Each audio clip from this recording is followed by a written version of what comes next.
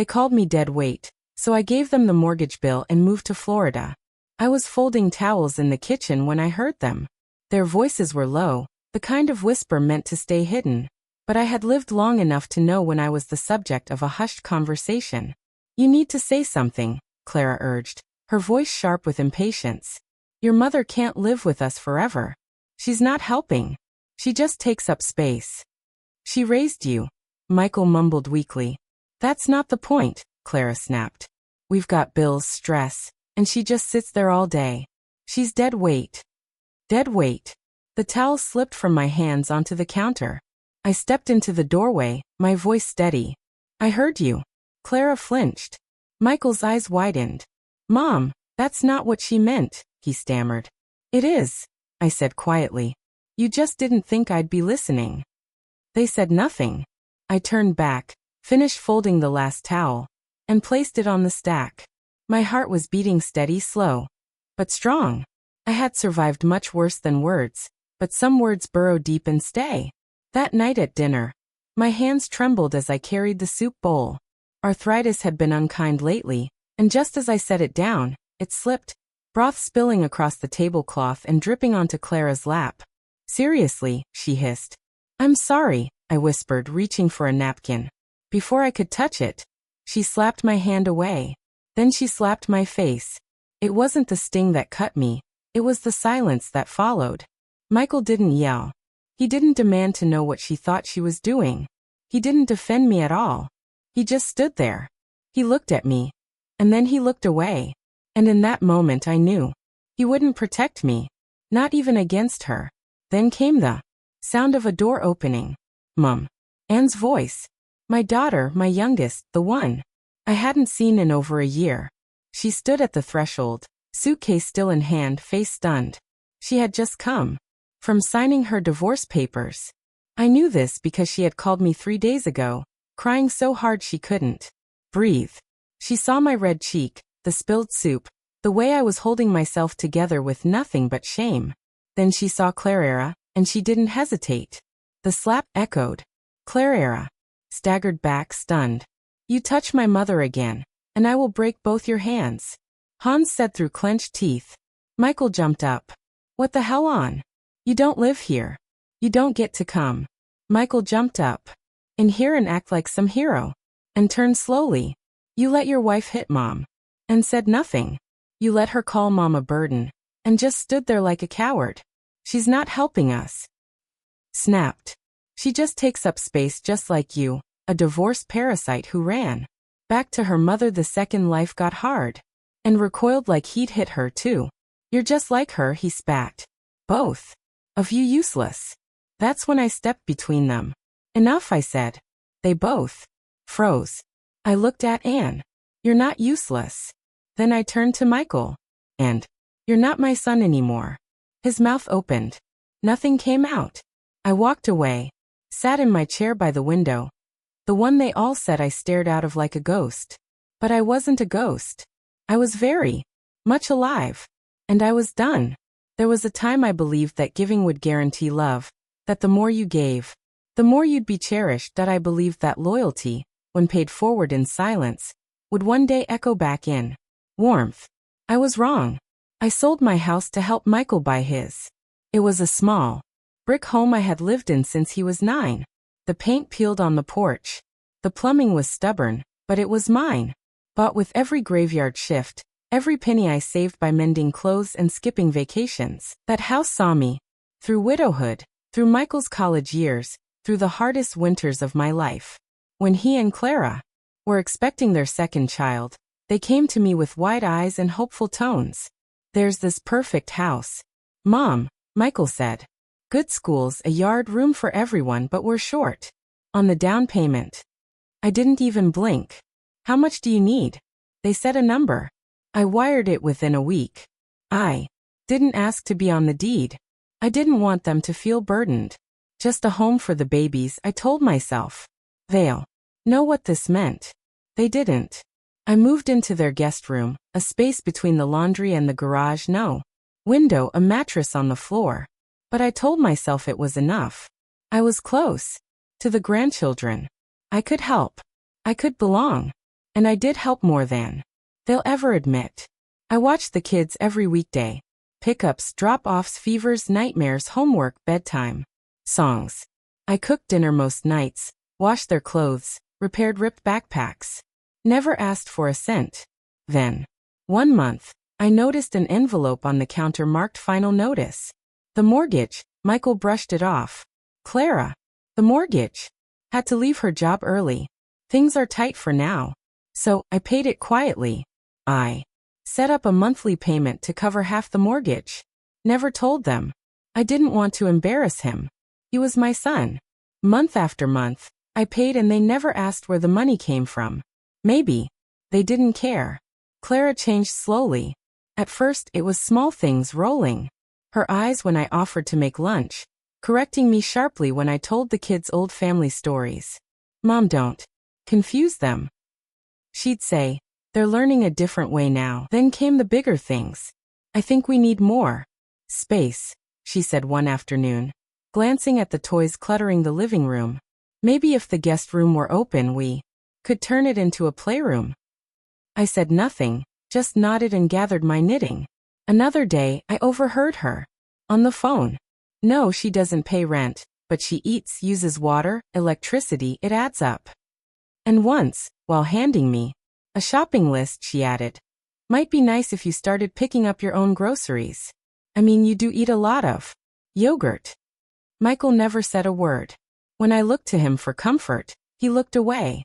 The worst part, I kept trying. I baked her favorite bread. Even after she called my recipes dated. I folded her laundry when she left it in the machine. For days. I sewed buttons on her blouses when they popped. She never noticed. And when she did speak to me, it was to remind me, you're lucky we have space for you. Not every family does. She said that more than once, as if the thousands I gave, the meals I cooked, the nights I sat awake holding her crying child, were all a favor I should thank her for. And Michael, my sweet boy who once built me birthday cards from macaroni, he just let her. He stood beside her, silent. One evening, I burned the rice. Clara walked into the kitchen, sniffed the air, and laughed. Well, I guess you really are getting old. Michael said. Nothing. I sat down on the back steps that night, the Florida heat pressing into my skin, and stared at the horizon. Until it blurred. How many times had I given them the last slice, the warmest blanket, the best part of me? I thought of the house that I gave up. The porch swing, the daffodils, my name carved into the beam inside the pantry right beside Michael's in messy fourth grade letters. Gone. Given away. Still I, calling the bank. Stayed because mothers stay. Even when they're treated like furniture. Even when their kindness is repaid with contempt. Even when their name is no longer spoken with reverence, but as an inconvenience. But something had shifted. In me the day Clara slapped my hand away from the soup. The moment her fingers met my face, the second Michael didn't move. That shift turned into resolve. And that resolve would lead me to do something I never thought I had the strength to do. I called the bank on a Tuesday morning. It wasn't dramatic. I didn't cry. I didn't even raise my voice. I simply confirmed what I already knew, that my name was still listed as the payee on the monthly mortgage, even though I wasn't on the deed. They pulled up the file. The woman on the other end was polite, too polite, the way people are when they're reading numbers that don't make sense. Yes, Mrs. Harper. It looks like you've been making the partial payments since July, and also an additional lump sum last December. That's correct, I said. And would you like to continue these payments? No, I said I'd like to stop today. Silence. I'd also like the remaining balance, all future communications, and every financial document going forward. Redirected to the homeowners, Michael and Clara Harper, she paused. Of course. I can finalize that request today. Please do, I said, and email me a copy of the confirmation. I hung up, opened my laptop, and printed the letter the bank sent just 2 hours later. I folded it neatly and slid it into an envelope with the final receipt of my last payment. That afternoon, I made soup, lentil, Michael's favorite, once upon a time. I baked bread. I set the table. I placed 3 plates out, and in the center of the table. I laid the envelope beside the salt shaker. When they arrived home, I greeted them like nothing had changed. Clara walked in first, pulling off her heels and dropping them on the floor as usual.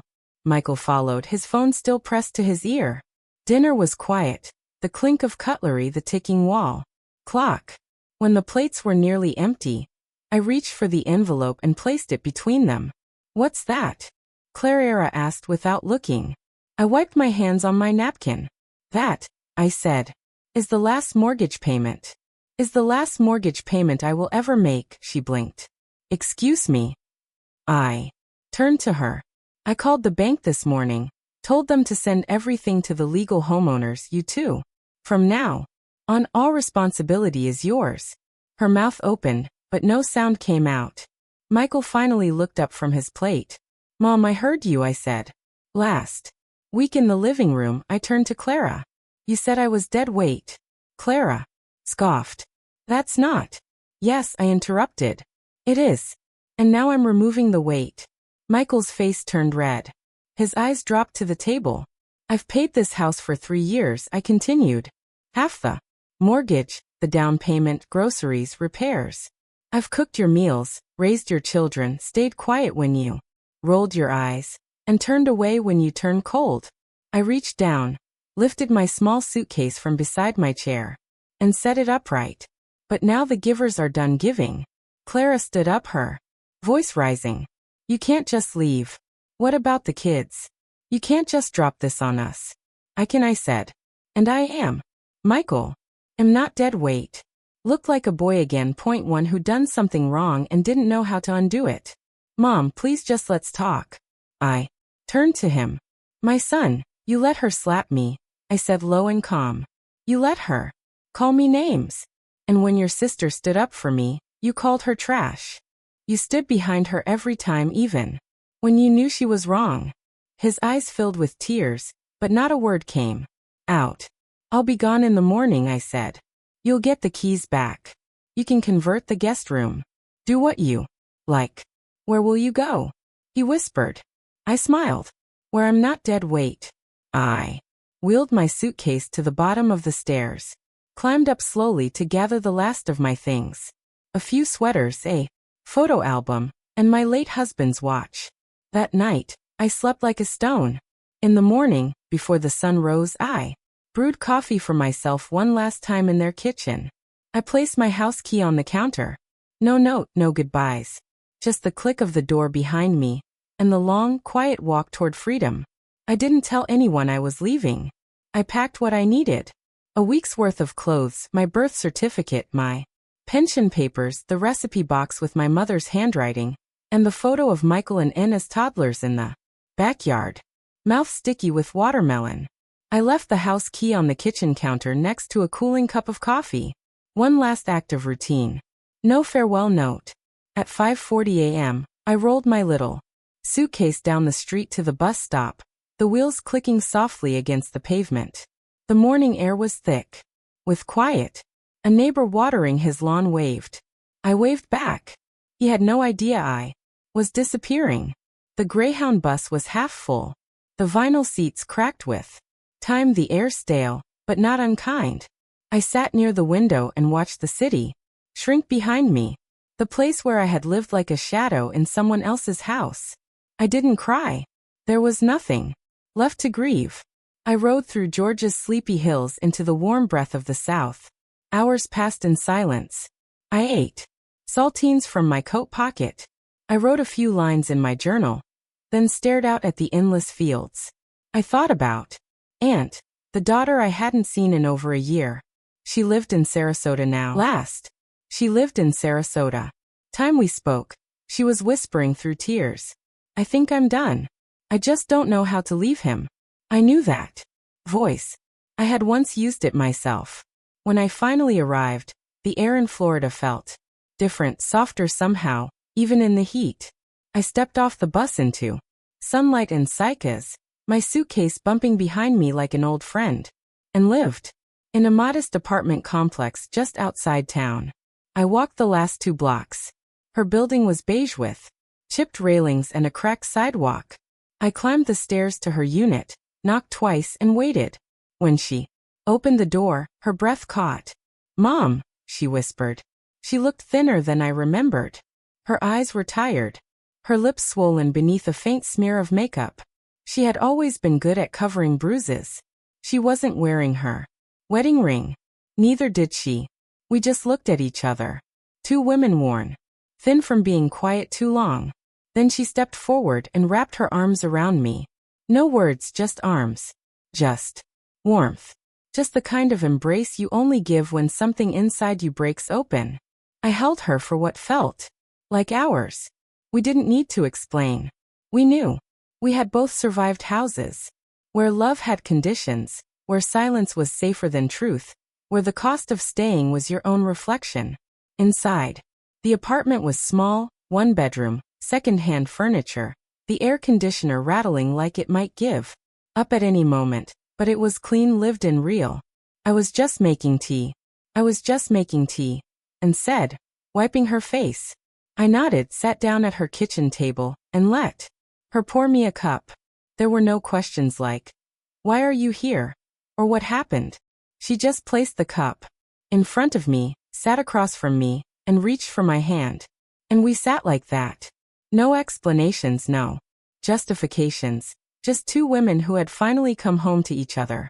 An SIS woman didn't speak much the first few days I stayed with her. She moved quietly around the apartment like she was always bracing for something, for someone. She flinched when her phone buzzed. She kept her back to windows. And at night, even in her own home, she locked every door twice. I didn't push. I folded laundry while she worked late shifts. I made soup and left notes by her coffee mug. I swept the floor. I waited. One night, as the rain tapped gently against the window, and we sat together on her worn couch and finally said the words I knew were buried deep in her chest. "He calls me garbage." I turned toward her, but she wasn't looking at me. She stared at the floor like she couldn't bear to see my face. "Not just when we fight," she whispered. "All the time. When I forget to take out the trash. When dinner is late. When I speak too softly, too loudly. When I breathe wrong." Her hands were clasped in her lap, knuckles white. "He took my car keys last month. Said I didn't deserve to leave. That if I left, no one would take me back. That even my own mother wouldn't want me." She looked up at me then, eyes filled with something far deeper than sadness. Was he right? My throat tightened. I reached for her hand. It was cold, trembling. So different from the small fingers I used to braid hair for before school. "He's wrong," I said firmly. "He was always wrong." Her lip quivered. She tried to speak, then broke down instead. She sobbed into my lap like a child again. And I stroked her hair like I had when she was 5 and afraid of thunder. That night, she told me everything. How the bruises weren't always from falling. How he checked her phone every night. How he once made her kneel on the bathroom floor for an hour because she bought the wrong kind of milk. How she stopped laughing 2 years ago and hadn't noticed until now. I didn't cry. I just held her. And when her tears dried, I said softly, "If you can't leave yet, I'll take you. I'll carry you out myself if I have to." She didn't respond, just leaned into my shoulder. We spent the next few weeks slowly untangling her life. She started saving her paychecks in a hidden envelope. I helped her make a list of what she'd need to take. We practiced what she'd say, who she could call, where she could go. But fear is a stubborn guest. It clings. "I don't want to start over," she whispered one morning. "I'm 39. I'm tired. What if I fail?" I took her hands in mine. "You're not starting over," I said. "You're picking up where someone else tried to end you." And then something shifted. She began to walk straighter. She smiled. Not often, but when she did, it wasn't forced. She stopped checking the window every hour. Then one Sunday afternoon, she stood in the doorway holding a thick envelope with trembling hands. "Divorce papers," she said. "I signed them," my breath caught. "Are you sure?" I asked. Gently, she nodded. "It's time." I rose from my chair, walked over and wrapped my arms around her. You saved me, she whispered. No, I said. We saved each other because in her freedom, I found mine too. We found the apartment by accident. It was a small place on the edge of town, tucked above a seafood market, and one street over from the beach. The paint was chipped, the plumbing temperamental, but the windows caught the sunrise like they were built to remember beauty, and stood in the doorway with the lease in her hand, eyes shining. Can we really do this? She asked, almost afraid to hope. We already are, I said. We moved in a week. Later with only what we needed. A few bags of clothes, a kettle, 2 folding chairs, and a second-hand sofa that smelled faintly of cinnamon. We didn't bring the past with us, just the parts of ourselves. We were still learning to settled into rhythm. Love. Our days settled into rhythm. Unsold handmade jewelry online, something she'd once done as a hobby in college. I helped with the shipping and packaging, learning the little codes and tools she used. We set up a small corner of the living room with boxes, twine, and tissue paper. Every sale felt like a small victory, a piece of her independence delivered. I started baking again. Just small batches. Oatmeal cookies, banana bread, butter, rolls. We posted a few photos, and within weeks we were taking local orders from neighbors and tourists. They called it Mother and Daughter Goods. The name stuck. We didn't make much, but we didn't need much. Each morning I rose with the light, brewed strong tea, and sat by the open window with my journal. I wrote not to remember, but to release. Pages and pages of everything I had held back. The disappointment, the heartbreak, the slow dying of a mother's hope, but also the small joys, the sun on Anne's shoulders, the way the sea smelled at 6 a.m., the laughter, real laughter, that slowly returned to her voice. She would come home from the market with sand on her feet, her eyes soft, her shoulders no longer hunched. She began to paint again, seashells, postcards, little frames we hung around the apartment. At night, we'd sit on the floor and eat simply rice, vegetables, sometimes a single grilled fish with lemon. We played soft music, talked about books, about nothing. We didn't talk about Michael or Clara or the house I'd left behind. We didn't need to. One night, as I was closing my journal and one night getting ready for bed, I glanced over at Anne. She had fallen asleep on the sofa, head tilted back, arms crossed, a faint smile on her lips. She was dreaming, but not the kind of dreams that came with nightmares or panic. It was the kind of smile a child has after a day in the sun, the kind of sleep that only comes when you finally feel safe. And in that moment, watching her at peace at home, in her own skin again, I felt something inside me shift. I knew I had done the right thing. I hadn't just left the house. I had walked away from silence, from being unseen, from being needed only when convenient. I had chosen to live not as an obligation, not as a quiet supporter in someone else's story, but as a woman who still had chapters left to write. I closed the light and whispered, "Thank you." Not to God, not to fate, to the part of me that refused to be erased, to the woman who packed her suitcase, boarded a bus, and found her way back to her daughter, to the mother who stayed long enough to say, "We're not broken, just rebuilding." And the phone rang. For the first time in years, I slept with no weight on my chest. The phone rang on a Tuesday. I almost didn't answer. An egg loon was in the kitchen, humming while she stirred soup, and I was at the window clipping dead leaves from a basil plant. The number flashed on the screen, a familiar area code, a number I hadn't seen in months. I picked it up, not knowing why. "Grandma, are you okay?" "I'm fine, sweetheart," I said, my heart tightening. There was a pause. "Grandma," she whispered. "Mom and Dad are there scared. The bank sent a letter. They said something about foreclosure." I sat down slowly. "Dad's been crying." Continued, barely audible. "I heard them fighting last night. He said they're going to lose the house." Another pause. "He said it was your house first." I didn't answer. Then the phone clicked. She'd handed it off. "Mom." Michael's voice shaky, older. He hadn't called me Mom since the day I walked out. "I'm sorry," he said all in one breath. I should have stopped her. I should have said something. I was scared and stupid and I thought we had time. I thought, why are you calling me now? I asked. Not cold, just quiet. He didn't respond right away. I need help, he finally said. We need help. They're going to take the house. Michael's voice cracked over the phone. I tried to fix it, but it's too late. And I know I don't deserve to ask, but please come back. We can make space for you again. Clara and I let out a small broken laugh. The kind that isn't joy, just disbelief. He fell silent. I glanced around my little apartment. Lavender and lemon in the air. Thin walls but warmth everywhere. A place that felt like mine. Michael, I said gently. Do you remember the day Clara called me dead weight? His breath caught. Yes. Do you remember what you did? Silence. Nothing. I answered for him. You stood by while I was humiliated. And later you called your own sister a leech. You did nothing.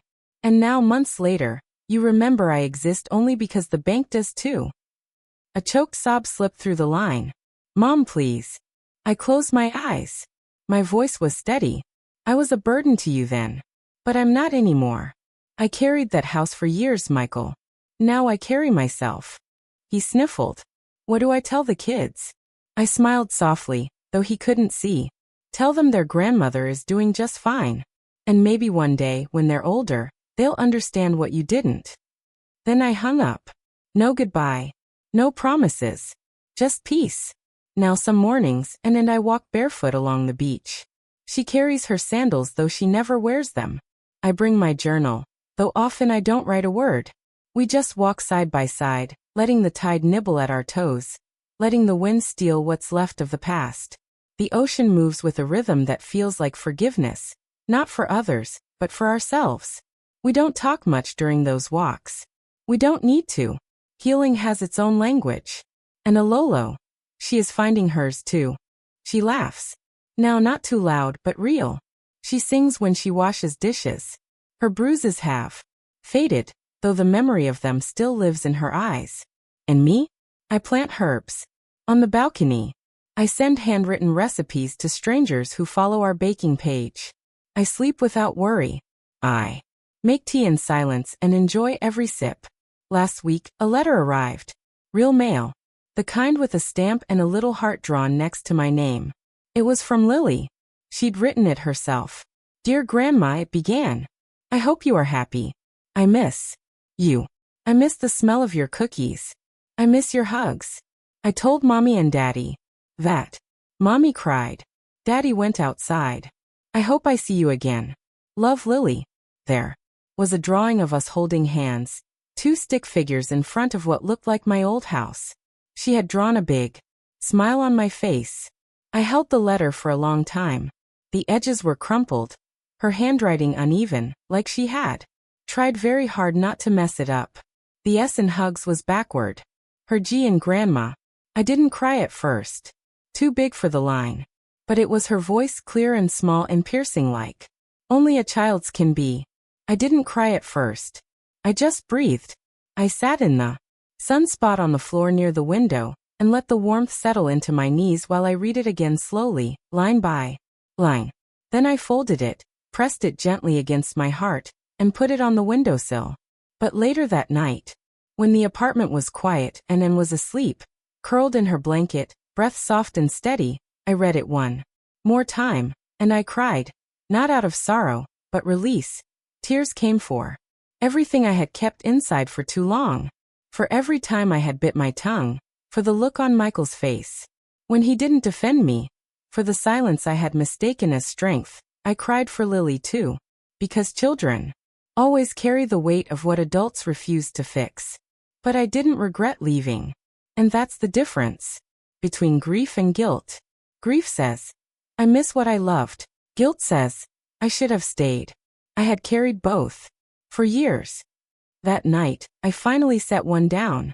The next morning, I got up before sunrise. I boiled water, sliced lemons, poured in a cup of tea she would find when she woke. Then I sat down at our little kitchen table and wrote back. Dear Lily, I began. I miss you too. I told her my cookies still smelled the same, that I had started growing basil and lavender, and sometimes I bake cinnamon bread just for the smell of it. I told her the beach here is soft and quiet, and the seagulls are pushy little things that always want your toast. I didn't mention the house or her parents. That wasn't her burden to carry. She was just a child, and children deserve to feel wanted, not wedged between grown-up shame and silence. I sealed the envelope and added a little pressed flower inside, a dried violet, an ant I had picked on a walk. I wrote, "To Lily, with love in my nest." I sealed the envelope.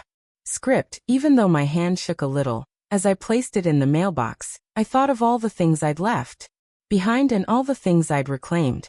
My voice, my dignity, my place. But for years, I had shrunk myself into corners, quieted my thoughts, convinced myself that being needed was the same as being loved. But it's not. Love doesn't leave bruises. It doesn't call you names in the dark. It doesn't slap your hand away when you spill soup or call you dead weight in the room you paid for. Love stays. Love speaks. Love sees. And now I walk under the sun with my daughter beside me, and not a single step is quiet. We are loud in our living, in our healing. And as seashells, now she sells little jars of sand and poems on cards. Stock, and people buy them, not because they need them, but because you can feel her heart in them. She sings when she cooks, sometimes off-key. And we both laugh so hard we can't finish our rice. Point 3. We planted rosemary last weekend. She said it was for protection. I told her she didn't need protection anymore. Has herself now and me. Sometimes we sit on the porch and play old music. She reads me articles she finds online, and I tell her stories I'd never had the voice to share before. I used to live like a shadow, apologizing for taking up space. Now I take up space joyfully, deliberately. My laughter fills the kitchen. My words take time. My memories matter because I matter. I am not a my memories matter burden. I never was. And if someone says otherwise, that's their weight to carry, not mine. Years passed and the little apartment by the sea became more than just a refuge. It became a launch pad. And Elisan, I didn't just survive. We lived. We learned to say yes to things we'd once been too tired, too sad, or too scared to try. We took small road trips at first. Just an old paper map folded too many times. A thermos of coffee that always tasted slightly of cinnamon. And the radio turned low, playing songs that reminded me of youth. We drove through sleepy towns with crooked porches, into hills where fog kissed the treetops. We visited the Smoky Mountains in spring, flowers blooming like they had something to prove. We wandered through Savannah in the fall, where the sidewalks told stories if you listened. And once, on a wild whim, we flew to Oregon just to see the lavender fields bloom. Rows and rows of purple stretching toward the sky, like it owed them something. We laughed in motel rooms with leaky faucets and thin walls. We danced under gas station lights when the music was just right. We took blurry photos with strangers and slept under stars in places where no one knew our names. We weren't healing, we became women. We're blooming. We became women who collected experiences, not apologies. Who told stories, not excuses. Each place we went brought a new sketchbook. I brought my journal. In those pages, we didn't write about what we lost. We wrote about who we had become. She drew sunsets and bridges, hands in shadows. I wrote about the sound of her laughter, about the smell of a bakery in Mississippi, about the woman I saw in the mirror who no longer apologized for aging. Sometimes we mailed Lily postcards with no return address, just notes about seagulls and sunrises, stickers of fish, drawings of flowers. We didn't know if she ever got them, but we hoped. We had made a home from nothing, and for the first time in a long time, we felt rich. But the past has a way of chasing you, especially when it starts crumbling. One humid afternoon, I was kneading dough for a small batch of honey rolls. The window was open, the curtains fluttering, and the air smelled like salt and cinnamon. The phone rang, a number I didn't recognize. I let it go to voicemail. Then Anne's phone buzzed. Same number. Neither of us moved at first, just looked at each other. Then another call, then a voicemail, then silence, and finally picked up her phone, tapped the screen and pressed play. It was Michael. His voice was different. Hello, urgent. Mom. And it's bad. His breath shook. Clara and I, we made some mistakes. Gambling, some debts. We're being evicted. It's all falling apart. We don't know where to go. It's all falling apart. Paused. A long choking silence. Please just call back. Please. He didn't sound angry. He didn't even sound ashamed. He just sounded lost. I looked at Anne. She didn't say a word. She opened her phone, blocked the number, and set it down. I did the same. There was no rage between us, no glee, no revenge, just a shared stillness, a silence that spoke louder than shouting ever could. We didn't need to talk about it because the truth was simple. We had given them more than money, more than shelter, more than we should have. We had given them chances, them years. We had given them ourselves. And when they had the chance to choose kindness, they chose power. When they could have stood up for love, they chose silence. Now they were drowning in the weight of their own making. And we had learned to swim without them. Sometimes I wondered if you are not dead weight. Clara still had the same tone when she spoke to service workers. If she ever looked back at that kitchen and remembered the woman she slapped. If Michael ever opened the pantry and thought of the macaroni pictures he used to make me for Mother's Day. I wondered, but only briefly, because those thoughts were theirs to carry now, not mine. Let the past chase its own shadow. Let the guilt sit in rooms where we no longer live. We had sunrises to catch, miles to go. We were no longer part of that story. We had written new ones of road maps and rooftop breakfasts, of beachside markets and laughing until soup spilled on our knees. We had become the women they never believed we could be free. And that's the thing no one tells you. Forgiveness isn't always loud. Sometimes it's a quiet morning with tea in hand where you finally breathe without waiting to be heard. Again, we forgave not because they deserved it, but because we deserved peace. We just didn't return. There was nothing left to fix, nothing left to explain, and no one left to apologize to. If someone ever called you a burden, if they sighed when you entered the room or looked past you when you spoke or rolled their eyes when you asked for something small, I want you to stop whatever you're doing and hear me now. You are not too much. You are not in the way. You are not the reason things fell apart. You are not dead weight. You are breath. You are memory. You are presence. The one who stayed up when no one else would. The one who paid the bills no one saw. Who kept the house warm, the meals hot, the doors open, even when your own heart was breaking. You are a library of love and labor. You are not expired. Every wrinkle a story, every scar a receipt, every silence you've held, a vault of strength. This world wouldn't survive without. You are not useless. You are not expired. You are not furniture to be shuffled when it's convenient. You are a witness to time, a vessel of wisdom, a survivor of silence. And if they've forgotten that, let them believe what they want to believe. Let them squirm beneath the weight of their ingratitude. Let them sit in the house you once cleaned. Eat off the dishes you once bought, breathe in air you once made safe, and wonder why it all feels cold now. Because when a woman like you walks out of a room, really walks, she takes the warmth with her. And that chill, that ache in their bones they can't quite name. That's the absence of your grace. You don't owe anyone your silence. You don't owe anyone your savings. You don't owe anyone your old age. And you certainly don't owe anyone your forgiveness if they haven't earned it.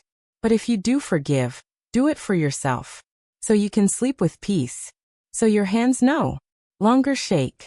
So your breath no longer catches when you remember what was said behind your back. Do it so you can laugh again. Not the polite kind, but belly deep, shoulder shaking laughter that no one can take from you. Do it so you can sing in the kitchen again, dance barefoot in the hallway, write letters to grandchildren who remember the scent of your cookies, even when their parents don't deserve to. Do it because your story isn't over. Because your last chapter hasn't been written. Because you are still here. And there is nothing heavier than a woman who's carried the past and still chooses to stand tall. You don't need to shout Wisdom doesn't. You don't need to shout. Shout. Wisdom waits and remembers. And when the time is right, wisdom speaks. So speak. Even if it's just in your own journal, even if it's only with your actions. Say the words you never thought you could. I am not invisible. I am not yours to use. I am not a mistake to be tolerated. You are not a guest in your own life. You are the author of it. So, write endings that make you proud. Write boundaries that hold. Write silence that speaks louder than any insult they whispered behind a closed door. If they only remember you when the bills come, do it. If they only call when they need saving. If they only see your worth after they've drained your heart dry, then let your silence be the final answer. Let your leaving be the lesson. And if they cry, let them. Not because they miss you, but because they miss what they no longer deserve. Because the truth is this. Some people never apologize. Some people never admit what they did, but some people they live with. The echo of your footsteps walking away. And that echo will be louder than anything you could have screamed. So to every woman who's been told she's a burden, to every mother erased, to every grandmother sidelined, to every wife replaced by convenience, to every daughter who dared to protect her mother when no one else would, I see you. I believe you. And I honor the weight you've carried. Let the guilt stay with those who earned it. You carry your peace. Share this story if you've ever been pushed aside. If you've ever been told to shrink. If you stayed silent when you should have been heard and still chose to rise. Subscribe to Grandma True Stories for more stories of quiet revenge, fierce love, and the kind of endings that don't beg for applause, just respect. Because some women don't break, they rebuild. And this time, they do it without permission.